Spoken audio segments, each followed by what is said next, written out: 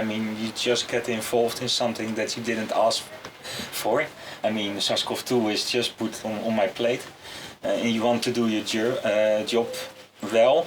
And yeah, I stood for the data and yeah, maybe I always said that I'm a bit stubborn. You were stubborn. I have to admit that is indeed true, but I stand for the data, believe in the data that has been generated, and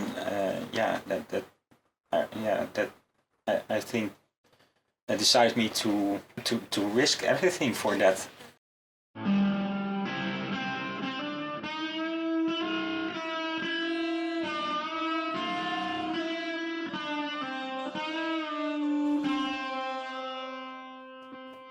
So let's start. Yeah. We decided to do this in English. Two Dutch guys talking English. In your garden. So yeah. This is You're welcome.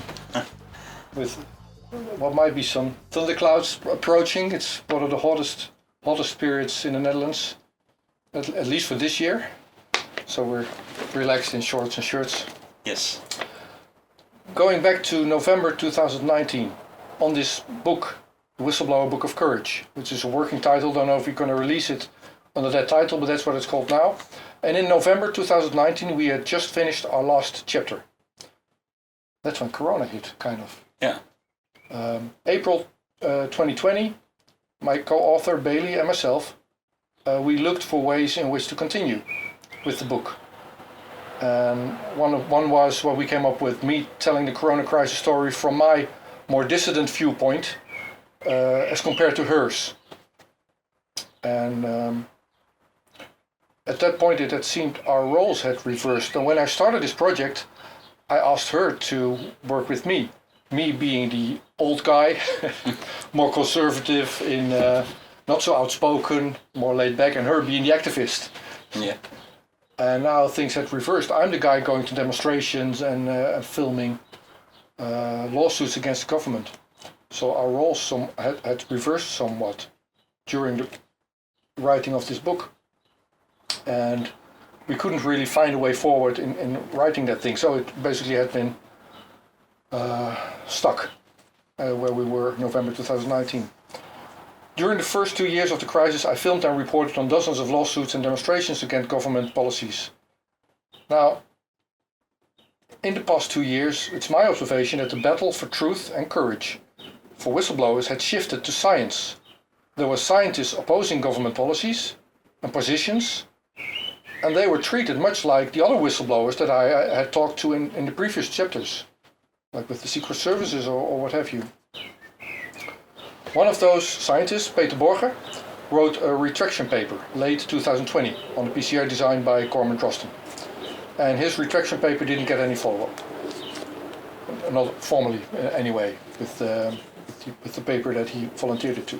I invited Peter Borger as a speaker for an interview event with live audience that I was organizing. And I would ask him then how he was going to proceed with that retraction paper that at that time was ignored. And Borger said that there have been people working on basically that, on the PCR test and how well that thing functioned or how well it was designed. And that research had all but finished. And Peter volunteered to take with him another guest, Rogier Louwen. Yeah, that's true. Is this a summary of what preceded this conversation, the way you see it too? Yeah, correct. Yeah. So I met you at my event, May 20th, 2022, a couple of months back. You presented the research you had done over the previous year and a half, more or less. More or less, indeed. Yeah, and I decided to postpone publishing that talk to allow you to publish your paper. That's what we had planned on doing today. Indeed. Yeah. So I've been following you quite closely over the last couple of months. At some point I said, well, you're not unlike the other whistleblowers that I've been talking to. How did that strike you when I said that? What happened with you?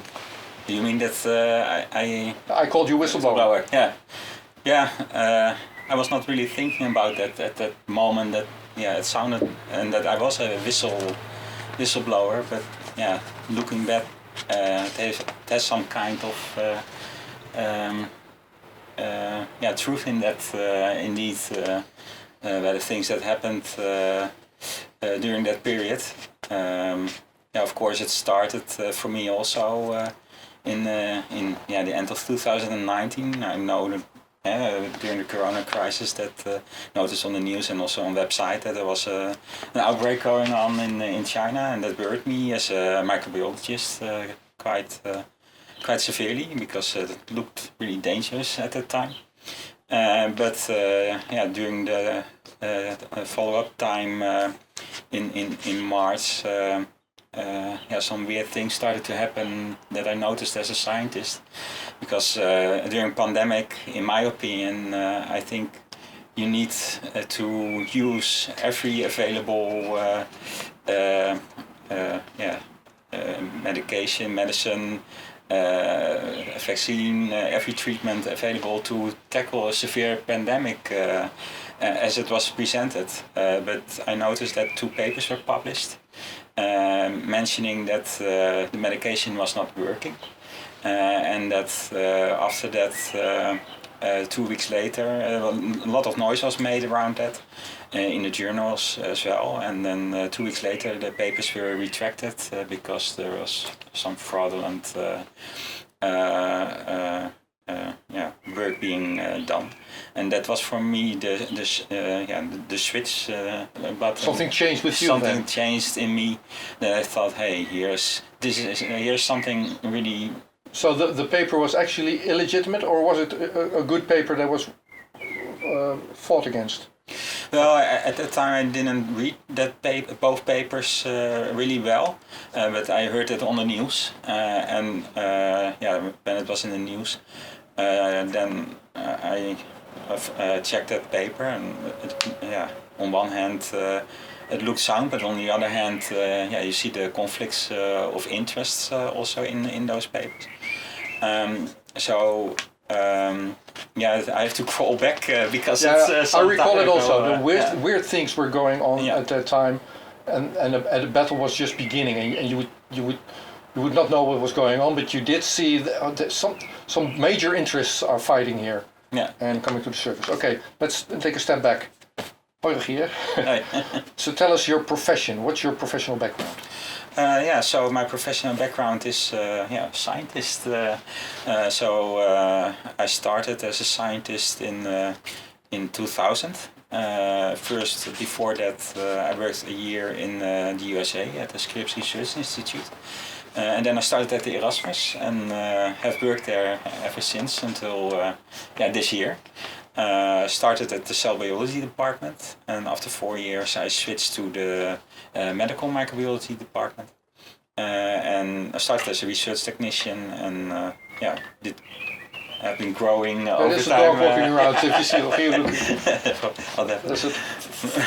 is that tackle also in English? So there's a small, friendly dog walking around, checking out what we're doing here. Indeed. It's not the first dog in the interview. Good. Okay, so basically your employer, your lifelong employer, has been Erasmus MC Medical Center, and from that position, a research was started in the European Union. So I'm just posing this as a question and allow you to correct me and fill in. That was later named Stamina. So can you tell me how did the Stamina project came to life, and what was your role in that? Yeah. So I was asked by a colleague to join this project, and for me it was a really interesting project also because I was just coming back from a long period of illness, so that would provide me a good way to get back in the saddle. Indeed. It was about developing point of care tests during a pandemic situation. And that was written in 2019 already in the summer. And it was about developing nucleic acid detection tests for E. coli, ESBL, for Zika, for West Nile virus, measles. And I think even Ebola was in there, but in our lab we don't have the opportunity to work with that virus. But that was the idea, indeed. Is that a coincidence then that this project would start in the summer of 2019, and the corona situation happened only half a year later. So, I mean...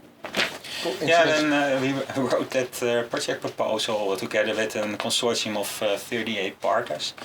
When looking back at the start of the corona pandemic, it really struck me the way we had written it, that would just be like we had looked into the future, so to say. That it was having some striking similarities also in the scenarios that have been written in there.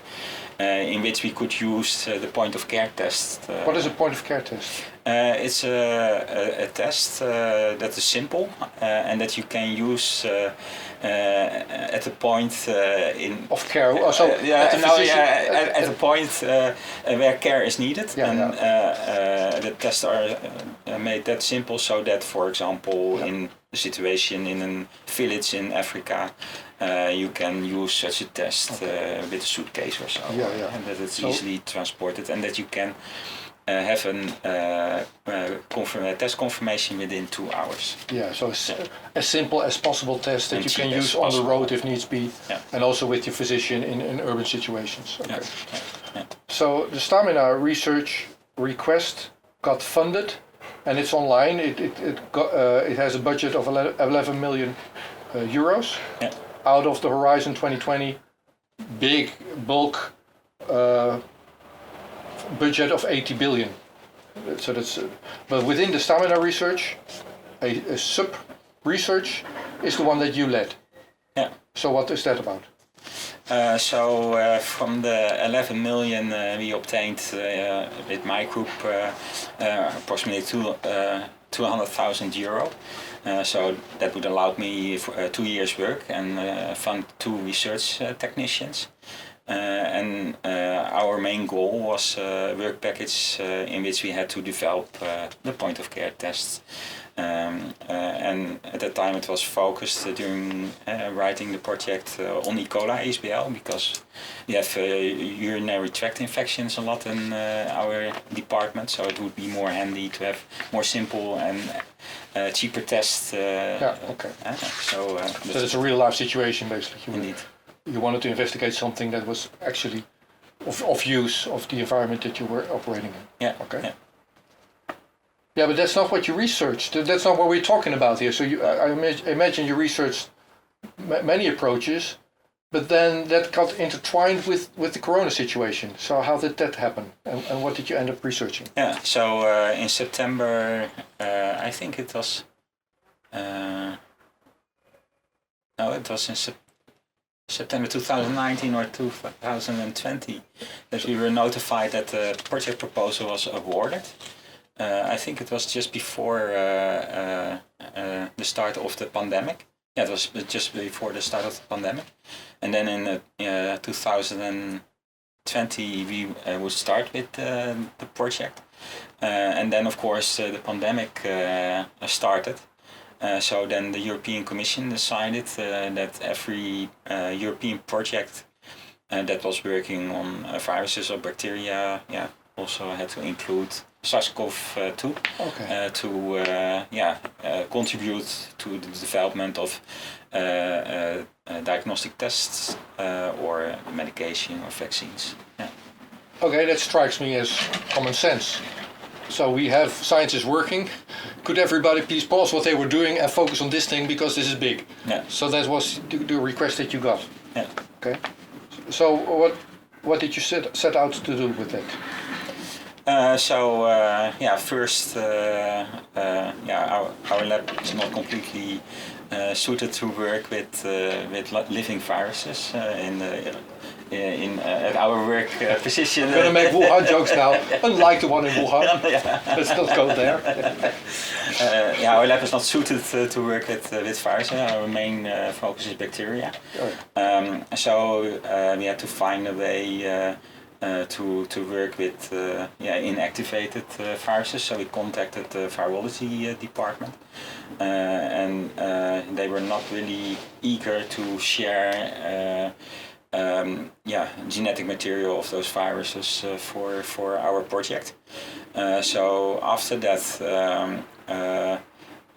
my direct supervisor contacted a colleague of mine that is also working at a diagnostic company in Rotterdam, and there they collected samples to test for SARS-CoV-2, and in the end they provided us the genetic material of SARS-CoV-2 so that we could develop our point of care test, but could also validate the RT-PCR test. Okay. Well, at that time, in January, February 2020, the RT-PCR PCR test, as described in the Corman-Drosten paper, was published and then later adopted. That was going to be the corona test that everybody uses if they go to the healthcare facilities in the Netherlands at the least, and globally. So you decided on what? So it's 2020, we're all starting to use the PCR test. And yeah, for us it started later because our project was focused on different pathogens, and then we had to amend our project as well to focus on SARS-CoV-2, and also took some time for the European Commission to... yeah, you have to request a change. Yeah, that's what you did, and indeed. that got approved, and only then you could start. Yeah, okay. Yeah. And of course the information that we had to work on SARS-CoV-2 also came a bit later. So for us it was at the end of 2020, 2021, the start of 2021, okay, that we started to work on those SARS-CoV-2 point of care tests. At that time, things had progressed, and some PCR experts, so these are my words, but Peter Borger at the least, and he would be the lead author, I believe, of the retraction paper that was volunteered in December of 2020, I believe. So there was a direct attack on the design of the PCR test that was being used globally, and then your change of project got approved. And you decided to, or the European Union to work on the point agreed of care test, that you would work on this detection of SARS-CoV-2 using PCR. And then you started to include the retraction paper also then? How did that work? Yeah, so we started with CRISPR-Cas technology that would allow to develop a dipstick technology, which you can think of as a pregnancy test. And we started with that, but for the validation we also had to run PCRs. Then we had to use, at that time, stated as a golden standard, the Corman-Drosten test for the validation of our test. And that immediately also for me led to the discovery of the paper of Peter Borger that we included in the Stamina project as well, because it was for us also a handout for developing the point of care test, but also in the validation process, the processes that we had to take into account, it also provided us an idea about the risk of developing those tests, because that was the goal of our project. How can we tackle a spreading virus or bacteria as early as possible so that it will not spread anymore? And that showed how challenging those processes are, and whether with nucleic acid detection test, whether that would even be possible. So all those questions arose because you dive into the literature, and then you bump onto all these challenges. Also of course the paper of Peter was in that included. Yeah. I'm no scientist. I'm just observing the news and talking to people and trying to understand, make sense of the world. I see Peter Borger volunteer his retraction paper, and in my words I see him being attacked for it, defamed, and he didn't get traction with Eurosurveillance, the publishing authority. How was that retraction paper received with you and your peers and the organization that you work in? Quite as a normal paper, I would say. So we read it and we checked it, and we wondered whether we could use it in our work.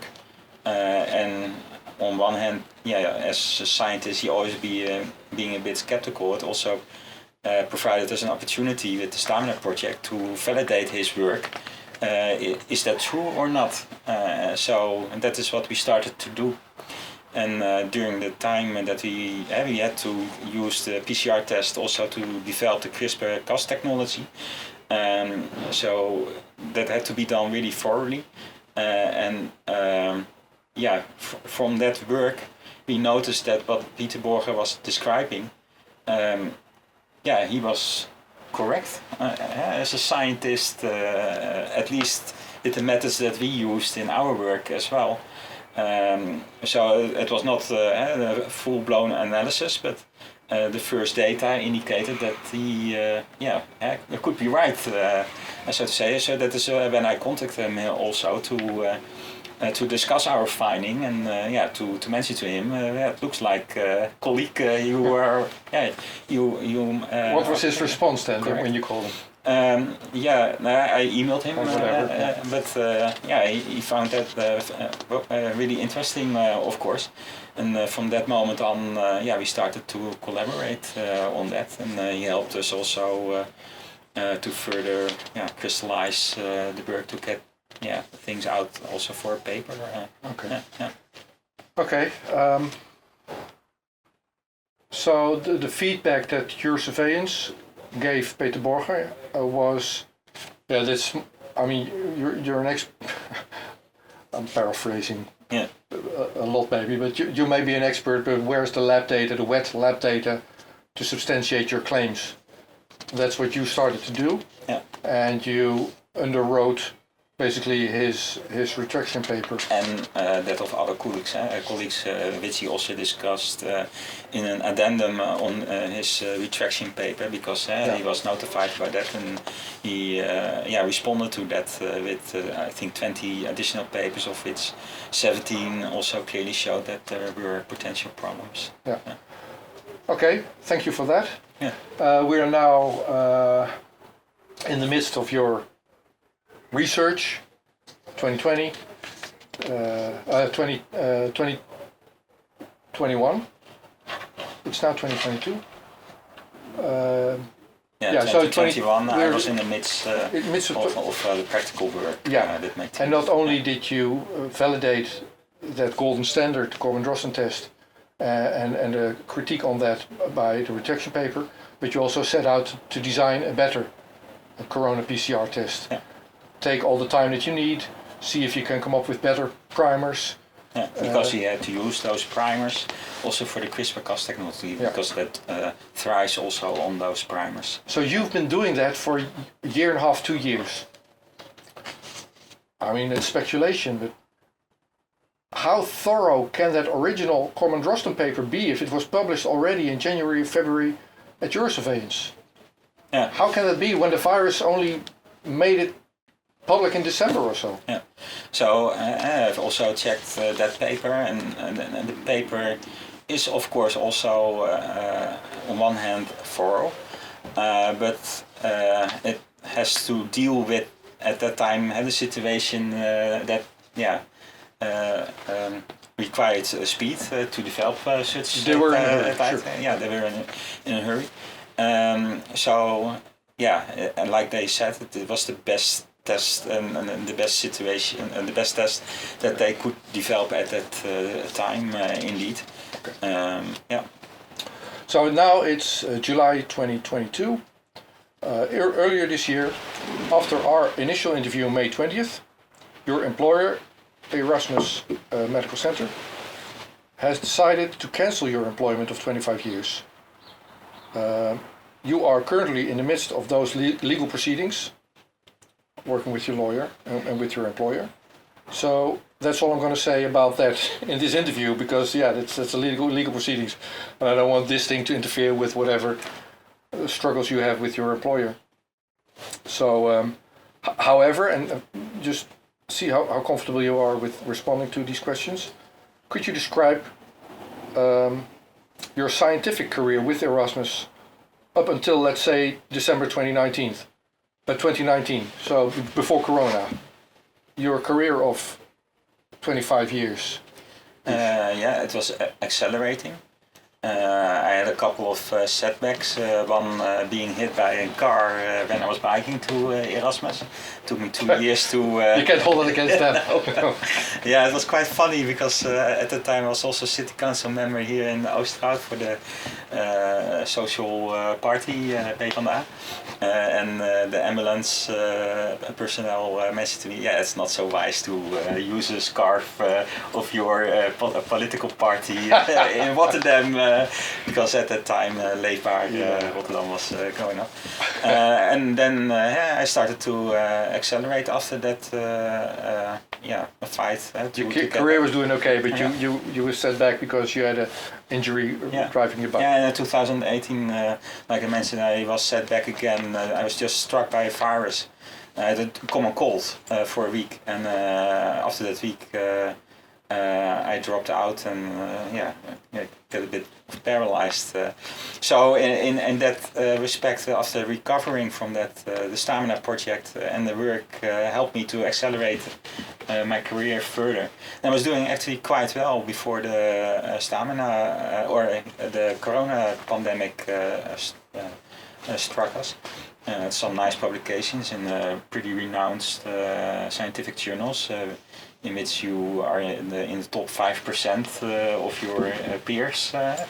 And during the coronavirus, even last year before I was dismissed, actually I was on the top of my scientific career from the start. I had a Nature Review microbiology paper.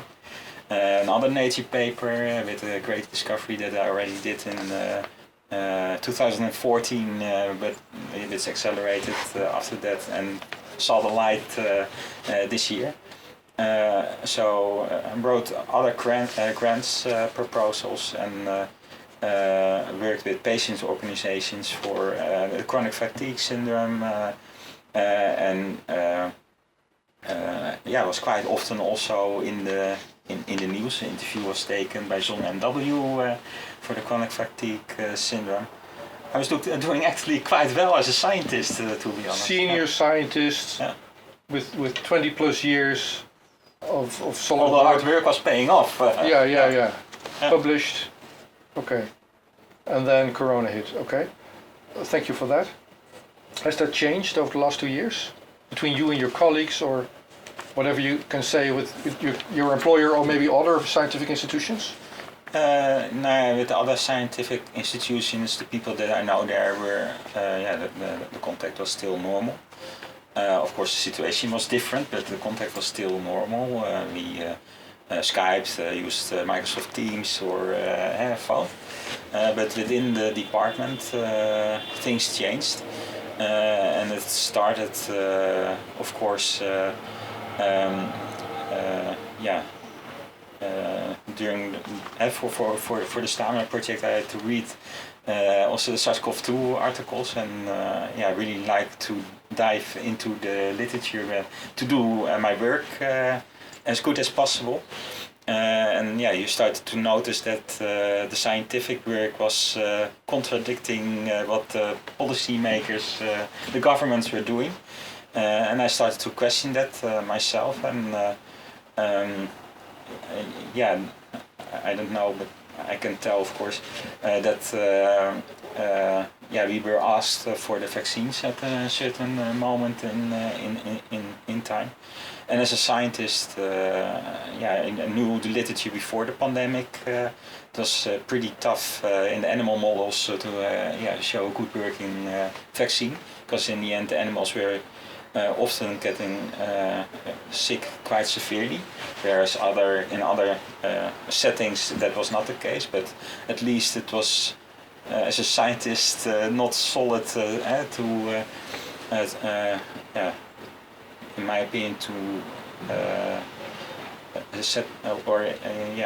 take the vaccine. Take the vaccines and start putting it in the arms of people in the world without at least informed consent.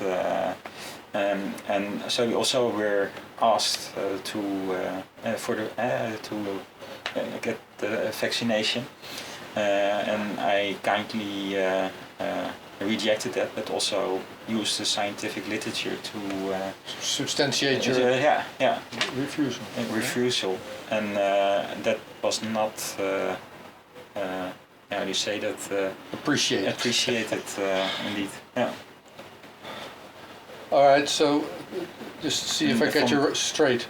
Vaccines were developed, fast-tracked, pretty much like the Common Drosten paper. We were in a hurry, so all over the world, big pharma companies were developing their vaccines, and they started to come to market. Your employer also asked you to, or asked all the staff to take the vaccine. But here you have scientists that are knowledgeable on the subject, and you looked into the testing procedures that preceded the vaccines coming to market, and you looked at the animal pre-existing pre-existing what other vaccines development. So you looked at how vaccines are typically developed for coronaviruses. For coronavirus, there were no vaccines for coronaviruses prior to corona. They were developing and testing that prior to this pandemic. Okay. What did you find then?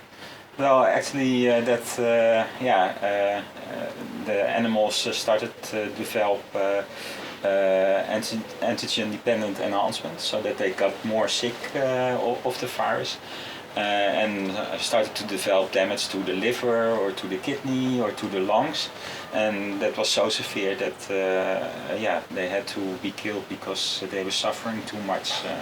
Euthanized. Okay, that's interesting. So before Corona, SARS-CoV-2, I have to say, hit before December 2019, they were working on vaccines for coronavirus already. Was that mRNA technology that was used then? No, it was more the traditional one. But regardless, test animals would get sick from that. Bottom line is they never managed to develop a corona vaccine. Then they did manage to develop one for the SARS-CoV-2. However, curious and skeptical as you are, you looked into how that was developed, and that didn't. I had questions about that, and those questions stood out. Also related to, because it was at the time already getting clear as well about the risk benefit of people getting sick. That I started to question the risk outweigh the benefits. There's more risk than okay. And in my opinion, and that's more my personal opinion, is that as a company, I would prefer to have a good working product and not stand for a product that would weigh out the benefits for the risk. Were you alone in doing that research and being critical on the vaccines, or was that more common among your peers? At the time, I was doing that alone. Felt alone, indeed. Much like people like me also. I mean, just do my research from my computer, trying to make sense of the world. But you had the same feeling there. So how did you not taking that vaccine, how was that received by your employer?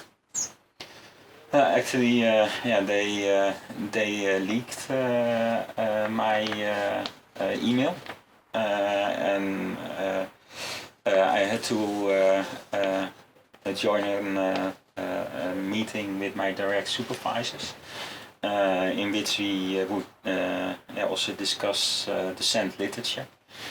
So at that time I already collected, I think, around 600 megabyte of articles that were pain in the ass scientists.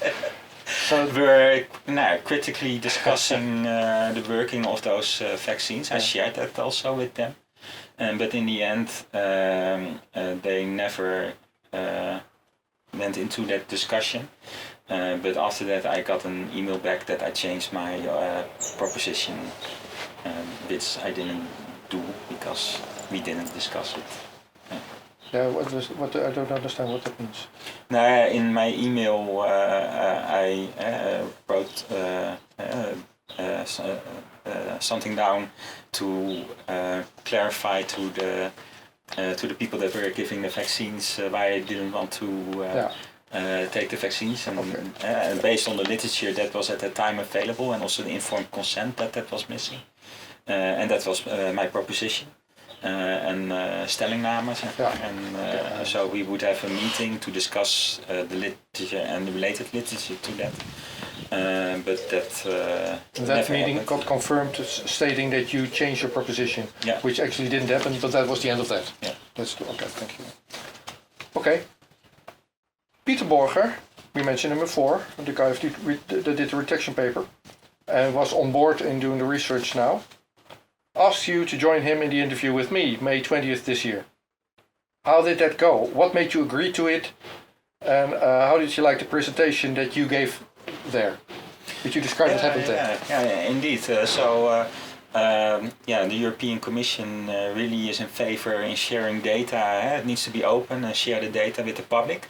That is, it's the tax money, so it's really important to communicate to European civilians the scientific outcome. So when Peter asked me, the paper was more or less done. The experiments were done and the first draft was written.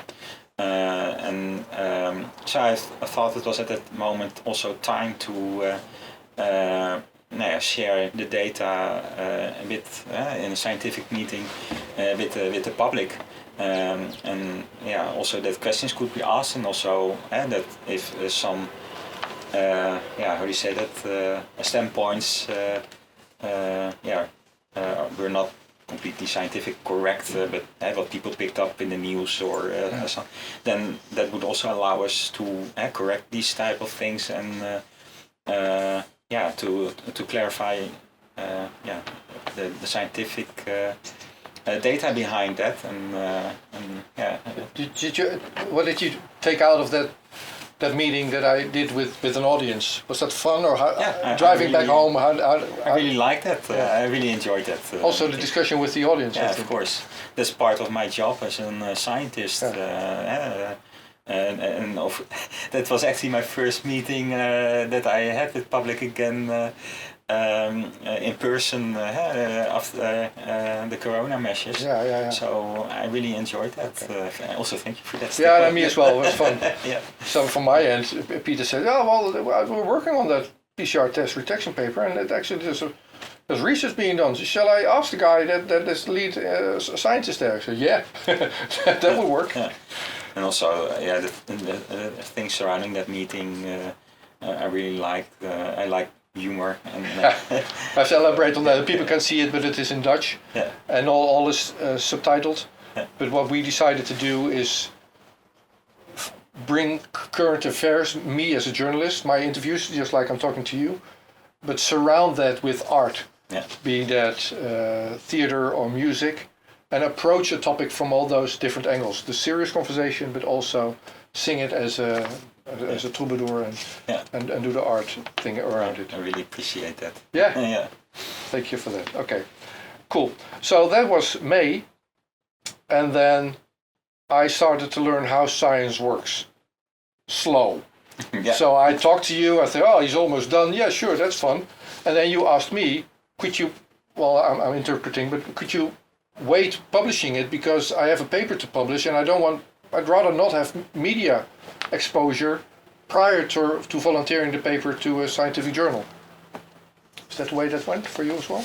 Yeah, and normally, at least it's a bit old school, maybe, because things have changed in the scientific world. Yeah, the world moves faster. It moves much faster, also sharing the data with each other much faster, as pros and cons, of course.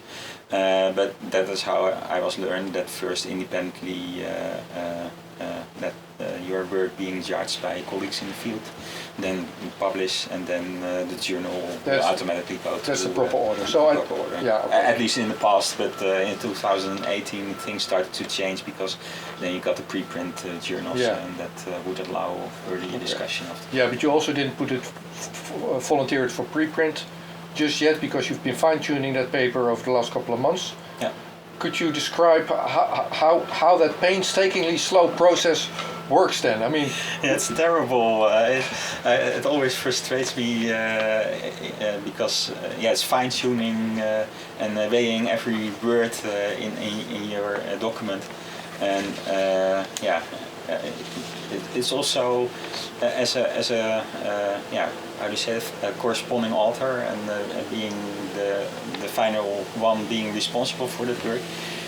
You have to deal with a group of scientists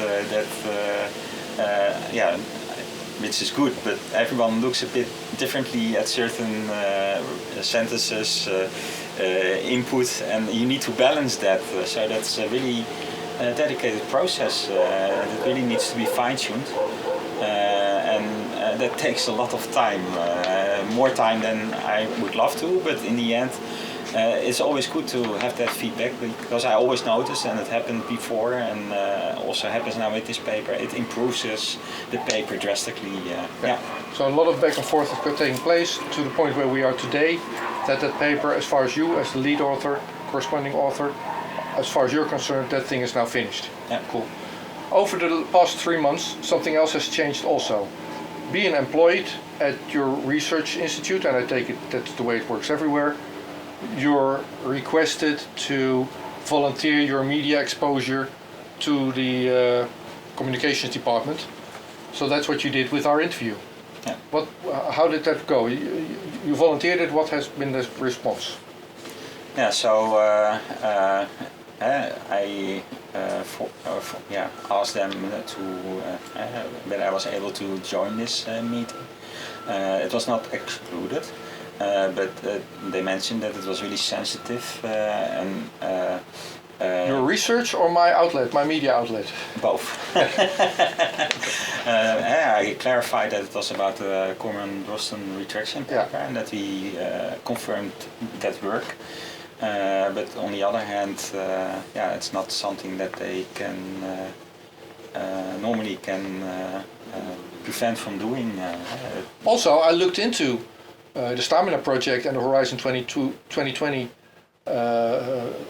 grants, and they have a statement on their website that it is encouraged to seek all kinds of communication with the likes of me.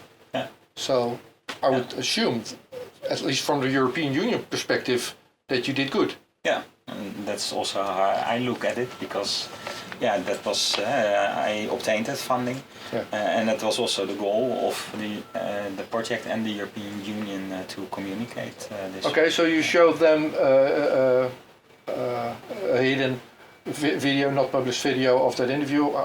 What was their response to that thing? Were you allowed to move forward, or how does that work? Of course, other things were going on already at that time. Related to a journal club meeting that I had given, discussing work by others that showed that the vaccines were inducing myocarditis. So there was already a trajectory going on, and this was one of the things added to my dossier, I think. So what happened was that, because of all the pressure that I experienced in those months, I got a high blood pressure, so I had to take rest. It made me really sick, and my local physician really urged me to completely shut off everything. And so here's what happened to me. I've been talking to John Kiriakou, Thomas Drake, Roelie Post. Those are some of the whistleblower chapters preceding yours in this little book. And this happened just after the interview. Yeah, actually, I'm going there. So I interviewed you, and I know it's controversial, and I know there's going to be pushback, and I know how big institutions react. I mean, I've talked to those guys. And then you were gone, and your Signal app showed me, we communicated amongst other things through Signal, that my messages were not received, which led me to conclude he's uninstalled it or his phone is off for days. And I'm mailing you and I'm calling you, and I can't reach you. I'm reaching out to Peter Borger, I can't reach him also. That's when I started to get worried. And I was really not feeling well, and I really had to take rest because my blood pressure was dangerously high. It was I was relieved that you eventually you reached reached out. my wife, luckily, because she was involved with the connection to your meeting. Exactly. So you had her phone number. Oh, he's just sick. Okay, cool. And Peter Borger had taken a small vacation, so that's why both of you were irresponsive. But I was concerned about your health and if that might be related to your work. I mean, you're critical on the vaccines, you're getting pushback on that, you're critical on the Corman-Drosten paper, or maybe not personally critical on it, but your research shows that the Corman-Drosten PCR test is, how did you mention it, inadequate? Suboptimal. Suboptimal, yeah. Indeed. Coming back to that, so when I just was, after 3.5 weeks, going back to work, on Monday I got an email which I read on Tuesday, and then I had just a couple of times a couple of hours to respond, but it was already processed. So my advocate, would have preferred also to join. Because there was no time for your lawyer to join you, so you had to go to a meeting yourself. What happened in that meeting then? And they used also that meeting that I had with you, but also some tweets of Peter Borger were included to fire me. To fire you on the spot. On the spot. We don't have to, but I want to elaborate on Dutch law. So job protection is more part of our law than, for instance, in the United States.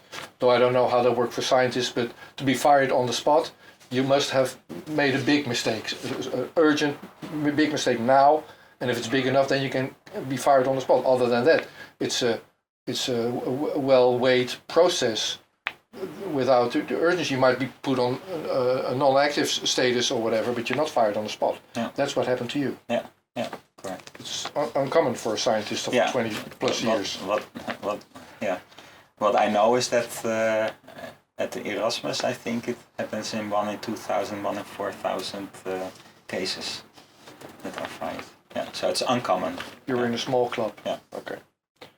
So you were still working on your paper with your co-authors, fine-tuning that thing and making last changes to the wording more than to the content of it. Did you meet opposition against publishing in the weeks leading up to today? Terrible. Actually, not only me. For me, it started when I was fired because, I think they thought that because I was fired, you'd be out of the way. Be out of the way, so I couldn't be published this work. But according to the research code, that. Still normal practice. You just put another email or contact info in your paper as a footnote and can still publish. But also my colleagues were put on pressure to retract themselves from the paper that I discussed in the meeting in Almere and together written together with Peter Borger. So colleagues from the Erasmus and Greek company. So this is hearsay. I mean, you weren't there, but what is said to a co-author then?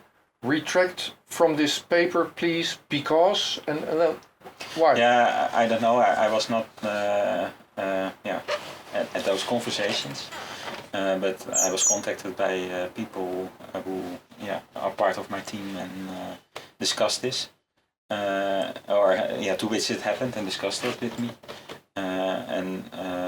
that they are threatened by the job security, by the future job security, that they would never be allowed to work anymore at Erasmus the coming 10 years. And these type of things were mentioned. The pressure worked, however, I had to laugh, just be honest about that. So I saw your presentation in May. It had a certain number of co-authors, I don't know, whatever, 6 or 8. And then I saw a later revised version after all this took place, and there were more authors on it. Yeah. So the pressure didn't work. On one hand it did, but I fought back, or was fighting back. to get the people on board, because they were really dedicated in their research. They contributed in both ways, in work in the laboratory, but also writing the paper. So they did everything what a normal scientist should do. Apart from all that, what has been the response so far on the content of your work, the quality of your work, of that team? Well, actually, and that was also discussed to the people after we tracked them, was that the supervisors actually mentioned that the quality was quite good of the work. Okay. Do you feel supported by your network of peers at Erasmus MC and abroad? Within the Erasmus MC, I have to be honest that I have not so much contact at the moment with my peers, but outside I experience a lot of support. But on the other hand, also inside the Erasmus, actually after a week and a half, colleagues from the working floor sent me flowers and some drinks and a card to show support. So in that respect, the people that I'm working closely with on my level, so to say, or higher, like the profs, I don't have so much contact anymore within the Erasmus, but from the people from the working floor, they solved contact and were really supportive, and I again really want to thank them for their support. So during this period, April, May, and then the months following to now, where we are midst of July, you must have lain awake at night thinking, I'm going to stop, I'm going to pull out of this. If I don't pull out, I might get fired, which you did. So how does that work? I don't know if you lay awake at night or you do it here in your garden or whatever. So take it with you through that process.